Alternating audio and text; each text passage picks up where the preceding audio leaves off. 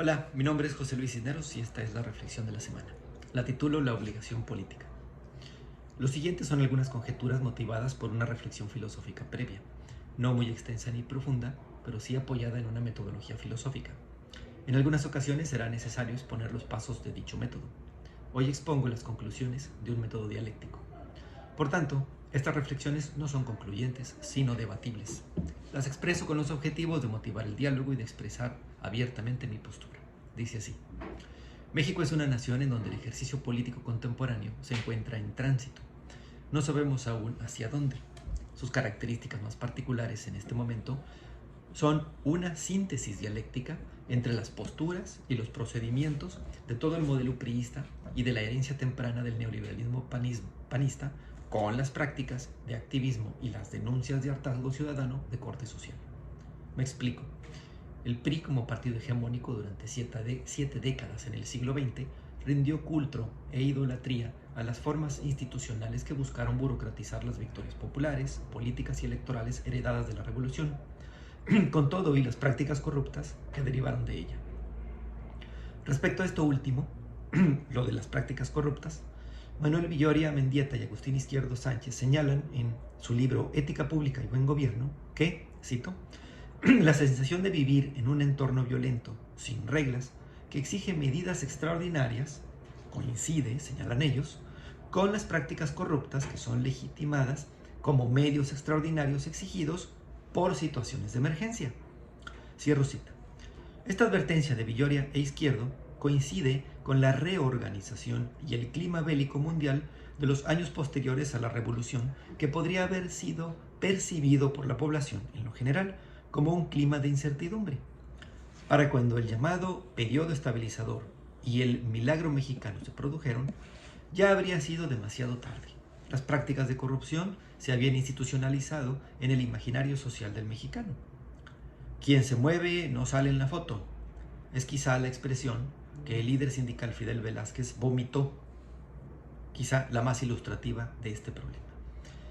La ineficacia del sistema no se hizo esperar y las ideas comunistas en la mente de muchos trabajadores y académicos, a pesar de la Guerra Fría y su política de censura, no fueron suficientes para detener las revueltas sociales de los años 60 y 70. Todo esto fue caldo de cultivo para los movimientos neoliberales que ya habían sembrado su semilla desde los periodos del presidente Ávila Camacho en los años 40 y que habían recomendado educarlas en las universidades del norte del continente a sus futuros dirigentes. Los conflictos mundiales y las inestabilidades económicas de los años 70 y 80 hicieron posible la instauración del neoliberalismo en México, con la justificación de la ineficacia del sistema político-administrativo del Estado, permitieron que la iniciativa privada, mucha de ella extranjera, se hiciera cargo de la mayoría de los mecanismos que hacían posible las condiciones de crecimiento económico y de las oportunidades de distribución de la riqueza en el país. El resultado es por todo mundo identificado: tendencia hacia el hundimiento económico e incremento de la corrupción, a pesar de la existencia de organismos autónomos. La mayoría de ellos dirigidos por los mismos grupos empresariales que no supieron administrar y mucho menos gobernar a la nación. Pues para empezar no les correspondía. Obtuvimos así una situación material concreta, una estructura y una superestructura débiles, polarizadas. Esta sí es la verdadera y única polarización. Y todo ello en picada. Mucha gente aceptó el estilo de vida del consumo, incluso de lo electoral. La mayoría de la población se echó a dormir.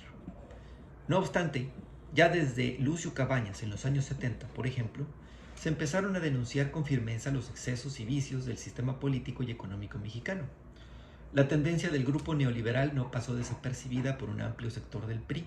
Algunos de sus militantes denunciaron, algunos con cinismo y otros con auténtica preocupación, el abandono de los ideales sociales de la revolución de parte de los gobernantes y los líderes de opinión. Por ejemplo, José Agustín, en su libro Tragicomedia Mexicana, una serie de 3 volúmenes, señala cómo el grupo neoliberal conocido como tecnócrata empezó a obtener puestos de poder clave, como la estratégica Secretaría de Programación y Presupuesto, que tanto Miguel de la Madrid como Carlos Salinas dirigieron. Los movimientos de izquierda empezaron a organizarse y esta vez, desde el poder y la división en el interior del gobierno, fue clara. Identificaron un poco tarde, la jugada de ajedrez de los Salinas y su grupo, haciendo a un lado a los consternados simpatizantes del régimen con tintes sociales y asistenciales. Esa oposición se aferró a los liderazgos de Cuauhtémoc Cárdenas, Porfirio Muñoz Ledo e Ifigenia Martínez, quienes habían ya renunciado al PRI. Hubo un aparente cambio en el clima social que de pronto parecía acabar con las viejas prácticas de burocracia excesiva, confianza renovada en el sector empresarial, instauración del Instituto Federal Electoral, ahora INE, y apertura económica y en telecomunicaciones al mundo con el llamado Tratado de Libre Comercio.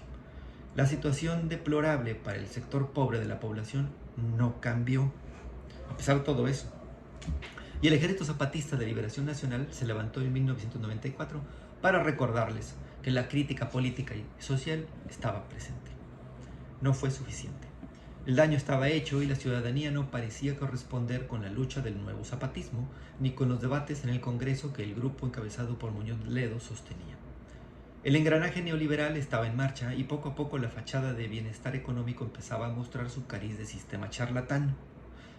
Mucha población se percató de esto y vio con buenos ojos una opción política campechana de un señor con botas que denunció los excesos del grupo político que no había cedido a todas las demandas del sector empresarial nacional y extranjero. Pero como hicieron algunos países imperialistas, las propias personas del poder neoliberal crearon a su opositor. Debo hacer un brevísimo paréntesis y señalar que a mí jamás me convenció el discurso opositor de Fox, pero esa es otra historia. Entonces, con su llegada de Fox, la ya criticada burocratización del sistema administrativo y de gobierno del siglo XX, en el siglo XXI adquirió un talante de proceso de mercado, de servicio al cliente y de tranquilidad en la macroeconomía, porque todo indicaba que las finanzas públicas estaban bien, a pesar del grandísimo fraude del Fondo Bancario de Protección al Ahorro, conocido como FOBAPROA. No puedo llamarlo de otra forma más que fraude a toda una nación.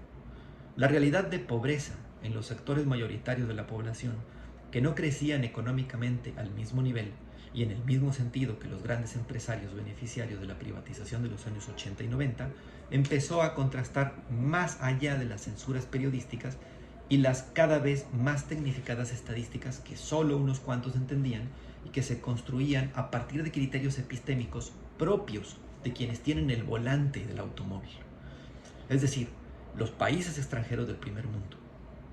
Mucha población parecía aún dispuesta a ser consumidora en lugar de ciudadana politizada y crítica.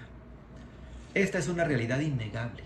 Aquí en México, el contexto no es favorecedor para quienes no tienen la fortuna de haber nacido en condiciones económicas o académicas estratégicamente conectadas al poder, de tener habilidad para el negocio al estilo neoliberal, de vivir en un ambiente urbana y climáticamente favorable para el ejercicio de las potencialidades del ser humano. La movilidad social se convirtió en una leyenda contada como mitología barata. El incremento de la pobreza fue cada vez más evidente y no hubo manera de negarla. Los avances en materia de acceso a la tecnología y de libertad de prensa eran innegables también, mayoritariamente en grupos vinculados con el poder, con los hijos de los extranjeros.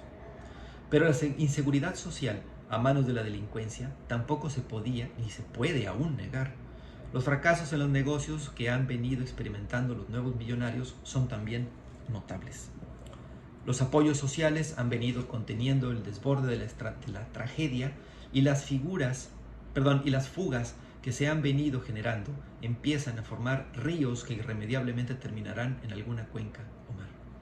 La mezcla entre los beneficios del neoliberalismo y el gobierno de corte social hicieron posible un giro de tuerca hacia la izquierda política, o al menos así es como se nos ha dicho. Y esta, la izquierda, fiel a su permanente postura y a pesar de los errores que pueda tener hoy, ha preferido no censurar, sino abrir la participación a toda la población. Otra cosa es que mucha gente no se entere de esto por las políticas editoriales de quienes aún controlan los medios de comunicación. Apostarle a que la ciudadanía, la población, se eduque políticamente. A eso le ha apostado la izquierda política. Que no se eche a dormir, que no vuelva a ser indiferente a los procesos que dieron pie al neoliberalismo y que desestabilizaron al país. Muchas gracias.